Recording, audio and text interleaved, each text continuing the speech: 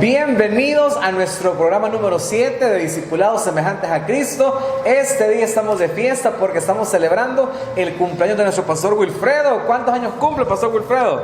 Amén. Este día, 28 de marzo, estoy cumpliendo 33 años, pastor. La edad perfecta, la edad de Cristo. Gloria al Señor.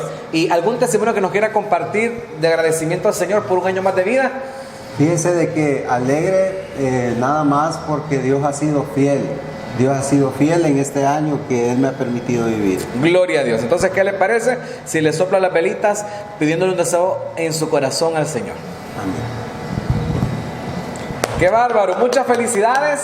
¡Qué emoción! Un año más de vida. Hoy sí, comenzamos con nuestro programa y vamos a estar estudiando el día de hoy la autodisciplina. ¿En qué consiste la autodisciplina? Un concepto corto que se nos pueda quedar, pastor Wilfredo, acerca de la autodisciplina. El concepto que nosotros tenemos acerca de la autodisciplina es el enfoque en las metas valiosas. Enfoque en metas valiosas. Correcto. Perfecto. Este día vamos a estar estudiando entonces cómo enfocarnos en metas valiosas, porque podemos tener un montón de metas, pero quizás no todas son muy importantes. Y es por eso que de ejemplo, este día vamos a hablar de una persona muy importante que a mi juicio es una persona de que se predica poco, pero realmente tiene un gran peso en el Antiguo Testamento. Sí. Y estamos hablando de Nehemías. ¿Qué nos podría contar, pastor Wilfredo, acerca de Nehemías?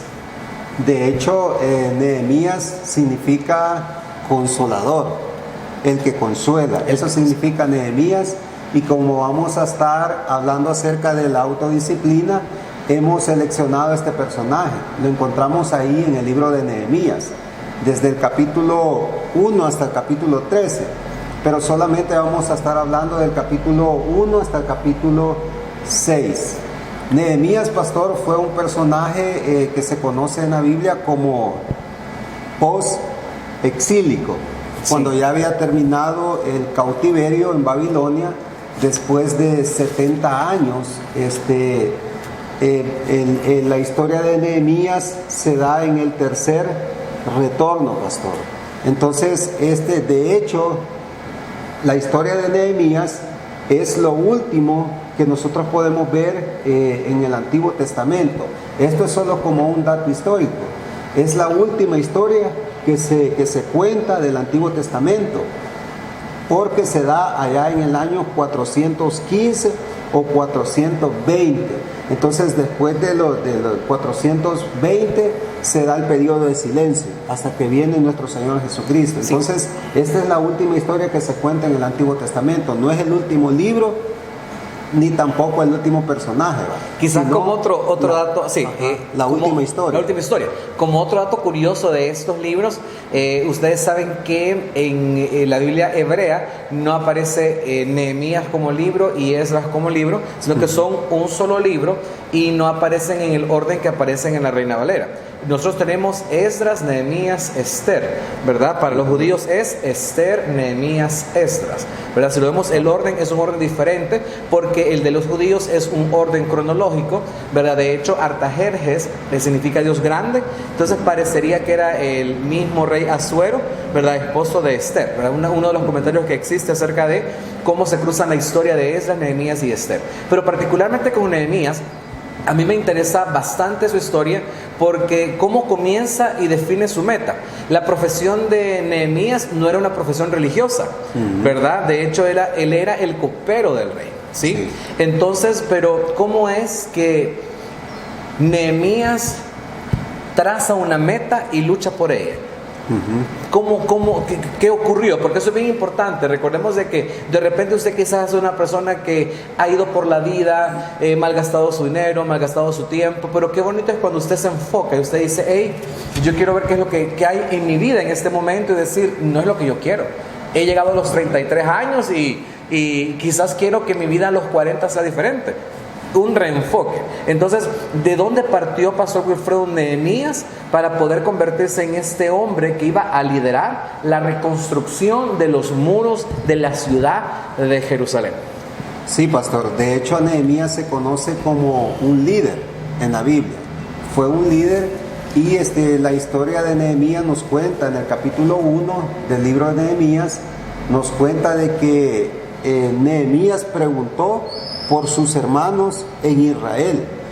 Nehemías estaba viviendo en Babilonia, en ese tiempo en el imperio de los medos y de los persas. Entonces Babilonia estaba como a casi 1000 kilómetros, casi de distancia. Entre 950 y 1000 kilómetros. Entre 950 y 1000 kilómetros, desde Babilonia a Israel. Entonces Nehemías estaba preguntando por los que habían quedado, después de la cautividad.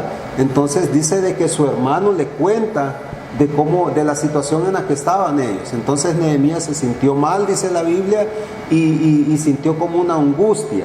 O sea, ese para mí, pastor, es que Dios puso este sentir en el corazón de Nehemías. Entonces, aunque Nehemías era un copero, aunque Nehemías servía, o por decirlo así, él era como un empleado del rey, de darle la copa, de probar el vino del rey. Entonces, para mí que Nehemías llegó a un punto de tener una meta. ¿Y cuál era esta meta?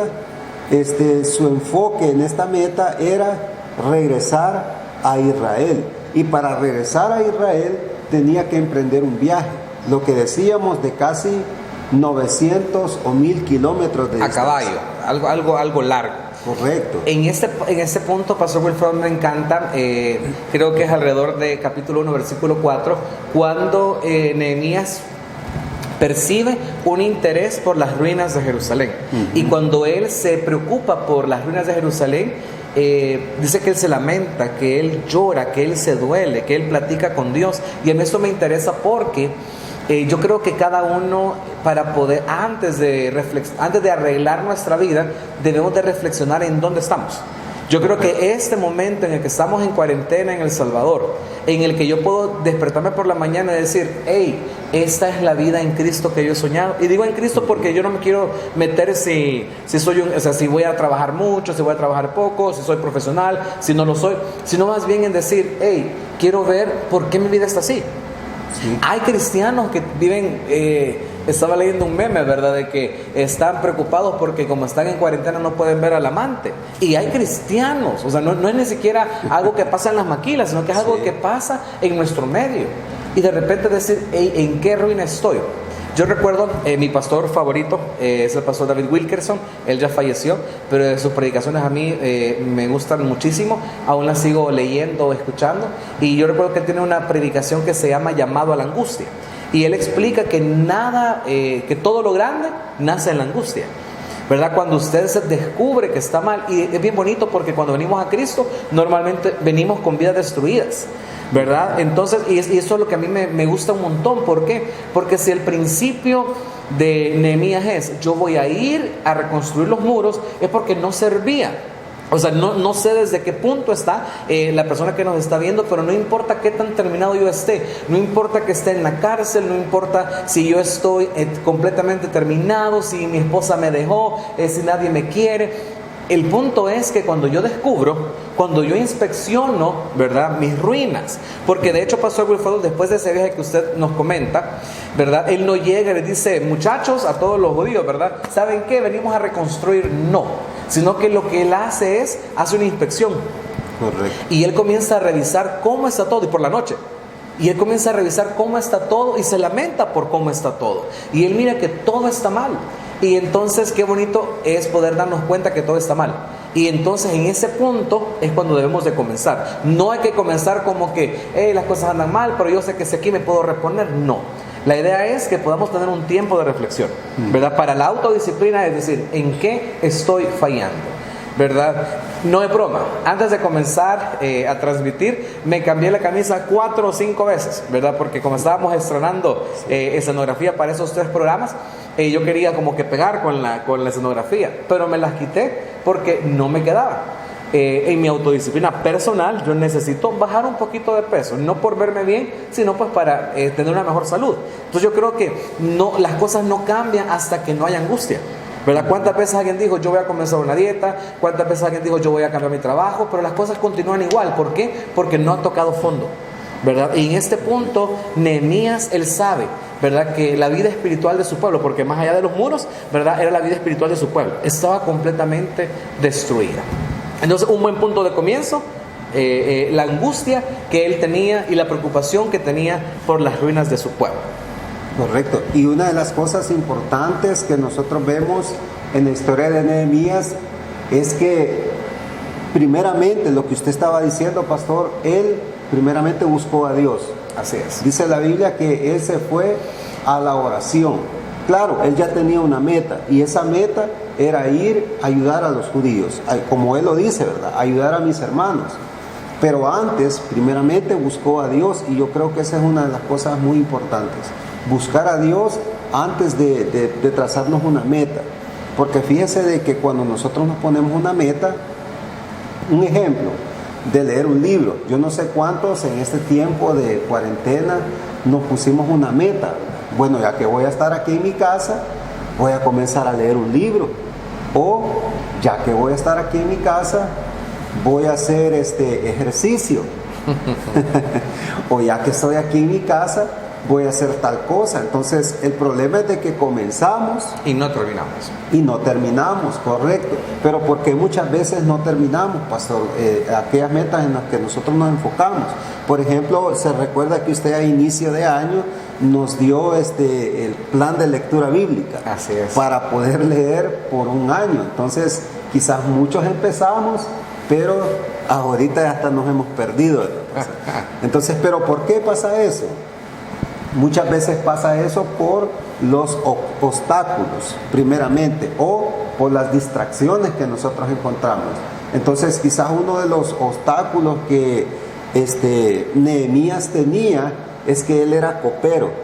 Entonces, él tenía una meta, pero no podía agarrar camino, ¿verdad? No podía agarrar camino porque tenía que pedir permiso al rey. Y eso es lo que él va a hacer, pedirle permiso al rey para comenzar esta meta. Y esta meta, pastor, como estamos hablando de que tenemos que tener metas, y para tener metas tenemos que ser autodisciplinados, pero también sabemos de que no va a ser fácil, porque de repente uno comienza algo, pero las distracciones, ¿verdad? La situación difícil también. Muchos han empezado a estudiar, pero de repente dejan la carrera por algún problema económico, por algún problema familiar. O muchas veces también, hablando de metas espirituales, muchos empezamos a leer la Biblia, pero de repente dejamos de leer. ¿Por qué? Porque de repente está el programa de televisión, ¿verdad? De repente tenemos acá el teléfono, que es una de las cosas interesantes, ¿verdad? Fíjese de que, curiosamente, uno desde que se despierta en la mañana, lo primero que uno ve es el teléfono. Y yo les contaba a los jóvenes que están en la prisión cuando voy a predicar, de que lo primero que uno ve es casi a la mayoría de los hermanos, ¿verdad?, conectados. Curiosamente. Entonces, ¿cuál es la idea? La idea es enfocarse, pero en algo valioso, en algo que nos va a ayudar en nuestro crecimiento espiritual, o ya sea en la vida. Amén. Recapitulando, esto de la oración, obviamente después de la angustia, viene, esta angustia me lleva a buscar a Dios, porque yo no puedo. Yo recuerdo que estaba leyendo algo acerca de una persona que tenía problemas en su trabajo. Entonces llegó donde el pastor y dijo: pastor, tengo problemas con mi jefe y con mis compañeros. Entonces le dijo el pastor: no te preocupes, llévalo delante de Dios en oración. A él le pareció muy egoísta poner a sus compañeros en oración y decir: hey, verdad, son personas inconversas y yo le voy a pedir a Dios que mueva sus corazones y que hagan las cosas para mi bien. Y entonces, pero bueno, dijo: voy a hacerlo. Y cuando él comenzó a orar, su relación con el jefe y con sus compañeros comenzó a cambiar. Y desde ese momento él se dio cuenta que la oración se convertiría en la herramienta más importante en su vida como creyente. Y esto es bien importante porque no podemos nosotros, después de la angustia, tratar de luchar por alcanzar una meta valiosa, como decía el pastor Wilfredo, una meta valiosa solamente a través de lo que nosotros podemos hacer, ¿verdad? De hecho, esta oración tan poderosa de Nehemías, lo encontramos en Nehemías 1:11. Usted puede leerlo cuando él platica con el Señor y y se pone delante del Señor para que le ayude. Como decía el pastor Wilfredo, no era fácil lo que él quería hacer, no era fácil lo que tenía que hacer, pero oró y el Señor le dio la respuesta. Ahora, decía el pastor Wilfredo que teníamos que llegar o enfocarnos en metas valiosas, ¿verdad? Entonces son tan valiosas que obviamente muy poca gente las alcanza, y como tercera cosa importante después de orar es el valor. Porque cuando nosotros oramos, Dios nos revela o nos dice lo que tenemos que hacer. De hecho, a Nehemías él tenía que ir y llevar las cartas, ¿verdad? Entonces cuando él tenía que llevar todas las cartas que le habían dado, él tenía que ganarse de valor para hacerlo. Y yo quiero decirle que muchas veces todos tenemos la angustia, luego todos tenemos una oración con el Señor, pero muy pocos tienen el valor para poder caminar conforme a lo que el Señor les está mandando a hacer. De hecho, esta meta valiosa a mí me llama mucho la atención, que la reconstrucción de los muros de Jerusalén, pastor, no eran pequeños, ¿verdad? De hecho, en Nehemías capítulo 3 podemos encontrar cuál fue el plan que ideó Nehemías para hacerlo, ¿verdad? Pero lo maravilloso de esto es que él construyó o logró levantar los muros en solo 52 días. A mí esto me parece un dato bien interesante, porque él tomó el valor, y esto es lo que yo creo que nos hace falta a muchos. El valor de poder decir, hey, lo voy a alcanzar, ¿verdad? El Señor va conmigo, lo voy a lograr, voy a caminar, me voy a levantar. Yo creo que el valor, pastor Wilfredo, es una de las cosas más importantes que nosotros debemos de practicar con respecto a nuestra disciplina, tener el valor de hacerlo. ¿Por qué no predica mucha gente? Porque le da pena. ¿Por qué Dios le invita a alguien a que vaya al hospital? ¿Por qué no va? Porque tiene temor lo que puede pasar. Dios tocó su corazón para ir a la cárcel, pero no sé, tengo miedo que lo que me puedan hacer. Entonces uno tiene que tomar el valor, y eso es bien importante, ¿verdad? Poder cultivar valor para poder cumplir lo que el Señor nos está mandando a hacer. Correcto, pastor. Por eso es importante la autodisciplina. ¿Por qué? Por lo que usted decía. También no solamente, no siempre vamos a estar, por ejemplo, en la oración, no siempre vamos a tener deseos de orar, ¿sí o no, pastor? Claro. De repente, decía alguien, a mí me gustaría que hubiera una inyección de fe. Ajá, para tener una gran fe y no estar orando por fe, ¿verdad? Y no estar pidiendo por fe, pero yo quisiera tener una gran fe. Yo quisiera que hubiera una inyección, ¿verdad?, de poder para no sentirme triste ni débil, ¿verdad? Pero no es así. Decía alguien de que la vida cristiana es una cuestión de hábitos diarios. Entonces por eso es necesaria la autodisciplina, porque de repente no tenemos deseo de orar. Sí. Y yo ya he platicado con muchos hermanos de la iglesia, con muchos pastores, que fíjese de que de repente yo veo pastores de oración, ¿verdad? Pastores, por decirlo así, ungidos de Dios. Entonces de repente yo pregunto seriamente y les digo yo, ¿alguna vez usted, pastor, no ha tenido ganas de orar? Casi siempre me dice, porque la verdad que muchas veces no dan ganas de orar, más cuando estamos cómodos, ¿verdad?, acostados, o de repente estamos sentados viendo tele, de repente no tenemos ganas de orar. Pero cuando nosotros nos enfocamos a que yo quiero orar, yo quiero conocer más de Dios, yo quiero escuchar la voz de Dios, entonces por eso es necesario la autodisciplina, porque vamos a orar cuando tengamos deseo. Fíjese que yo he sentido grandes deseos de orar. Amén. Ya he ido yo a veces sentado en el bus y con el gran deseo de orar, digo yo, no voy a esperar llegar a la casa. Ahí nomás en el bus comienzo a orar y hasta ya he llorado en el bus. Amén. A veces la gente se me queda viendo en el bus, pero yo iba orándole a Dios. Entonces, pero muchas veces no sucede eso. A veces la carne, o por decirlo así, el diablo, o las cosas del mundo nos atrae tanto de que la verdad que dejamos la oración a un lado, y de repente oramos solamente, decía alguien, cuando comemos nada más, pero mientras no oramos. Entonces no siempre vamos a estar motivados a orar. Entonces, ¿qué es lo que tenemos que hacer? Orar, como lo hacía un ejemplo, Daniel dice que oraba 3 veces al día. Amén. Igualmente Jesús, tenemos un ejemplo de Jesús, siempre perseveraba en la oración. Eso hablando de la oración, ¿verdad? Pero podemos hablar de la lectura de la palabra. No siempre vamos a tener deseos de leer la Biblia. Decía alguien, yo solamente leo la Biblia, decía, cuando no tengo sueño. Era para dormirse. Correcto. Abre la Biblia y de repente se duerme, ¿verdad? Me llama mucho la atención, Pastor Wilfredo, que en Nehemías capítulo 2:9 es donde vemos de que los enemigos de Nehemías o de el Señor se levantan, los amonitas, todos los que terminan en itas, se levantan y comienzan a burlarse de ellos, a burlarse de su situación, y están ahí los enemigos. Y entonces normalmente cuando estamos haciendo algo, esos enemigos representan la carne. Cuando nosotros espiritualmente estamos haciendo algo, se levantan esos enemigos. Sí.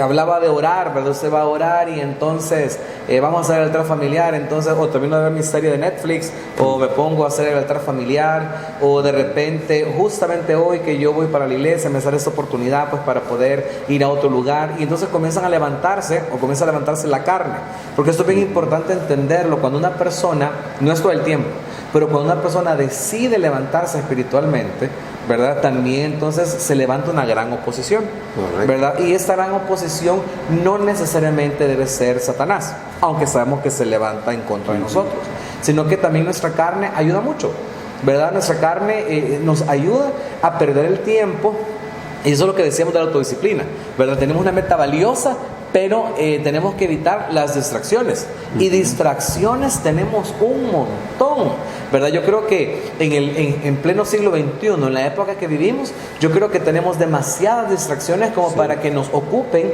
en lugar de estar trabajando arduamente en la meta que Cristo nos encomendó, ¿verdad? Entonces es bien importante que tengamos este cuidado que usted decía acerca de que la autodisciplina nos lleve, aunque no queramos, aunque de verdad no lo deseemos para nada, es cuando más lo necesitamos hacer, porque la carne se ha levantado, porque el enemigo se ha levantado. ¿Por qué? Porque Dios sabe, ¿verdad?, todo lo que va a hacer con nosotros, y es por eso que debemos nosotros luchar por cumplir estas metas que Dios, ¿verdad?, nos reveló y que nosotros decidimos realizar y llevar a cabo. Sí, y una de las cosas también que usted mencionaba, pastor, de que se levanta la oposición. Vamos a tener oposición cuando nosotros nos enfocamos principalmente en la vida espiritual.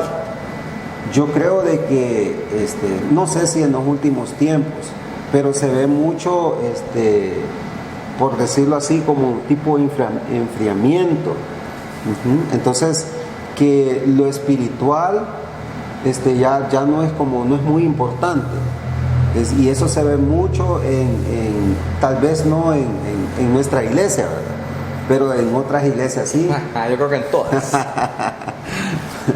Entonces tal vez, pero se ve mucho el incremento espiritual. Entonces, ¿por qué?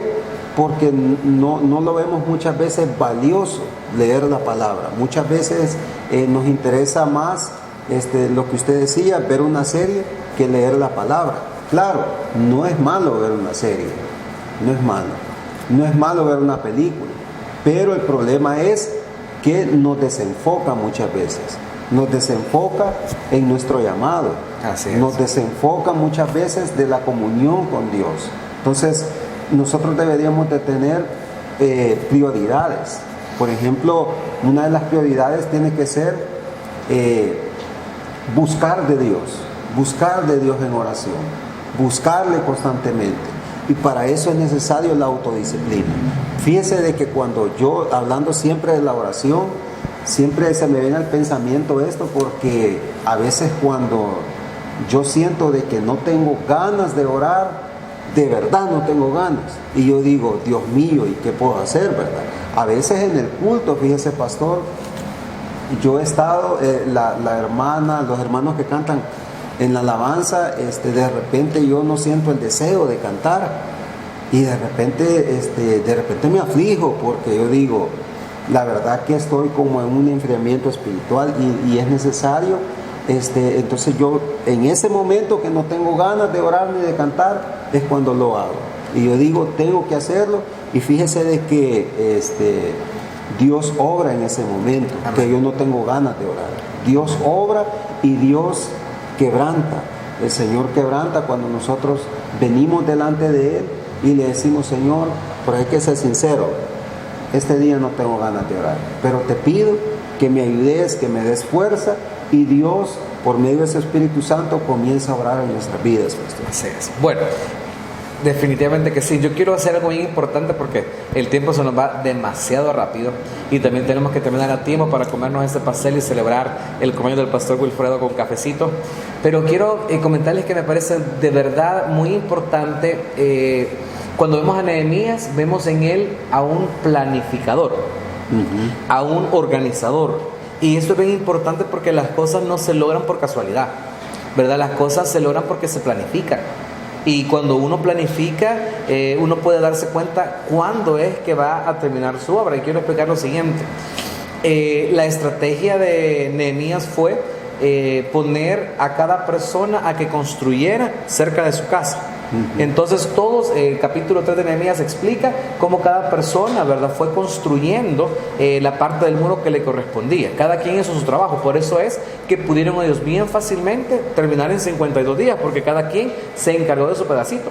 Pero cuando los enemigos se levantaron, entonces todos los hombres que tenían, dijo, hablando de eso, de las distracciones, entonces dijo Nehemías, ok, nos vamos a partir en dos. El 50% va a construir y el otro 50% va a hacer guardia. Vamos a cuidarnos. Entonces, y no crea que con pistolas, ¿verdad? Hace que con palas, con pedazos de leño. Y dice que el 50% dormía, perdón, el 50% trabajaba y el otro 50% velaba. Y es tan específico que dice que cuando descansaban no se quitaban la ropa, ¿verdad? Porque estaban preparados.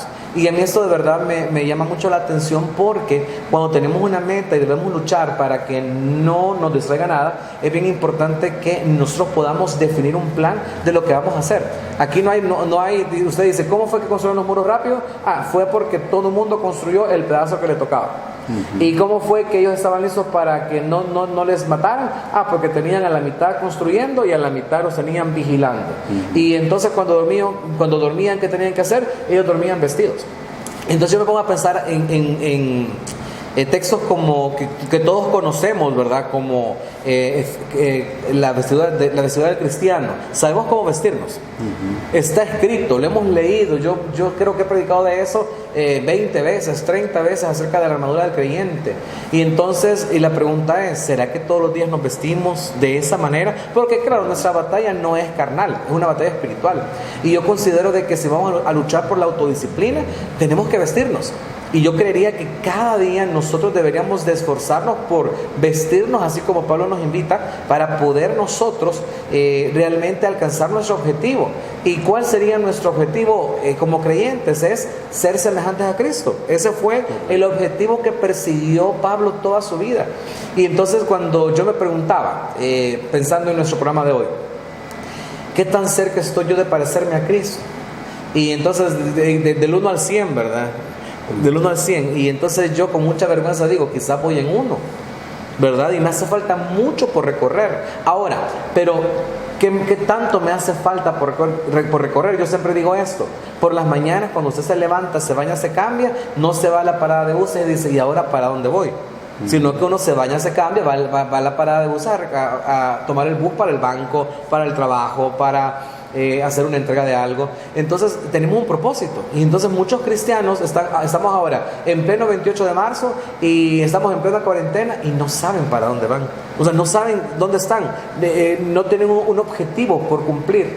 Entonces tenemos que concluir, Pastor Wilfredo. Vamos a continuar el día de mañana, pero ¿qué consejo podemos como creyentes tomar para poder planificar un poquito nuestra vida espiritual? El consejo más importante que vemos acá en esta historia de Nehemías es comenzar, porque eso es lo que hizo Nehemías. Él tenía una meta de parte de Dios. Entonces, ¿qué es lo que hizo? Manos a la obra, a enfocarse en lo valioso. Y sabemos nosotros de que lo valioso, lo más valioso en esa tierra es lo espiritual, es Dios. Entonces no esperemos para mañana, sino que comencemos este día. Vamos a comenzar. Gracias.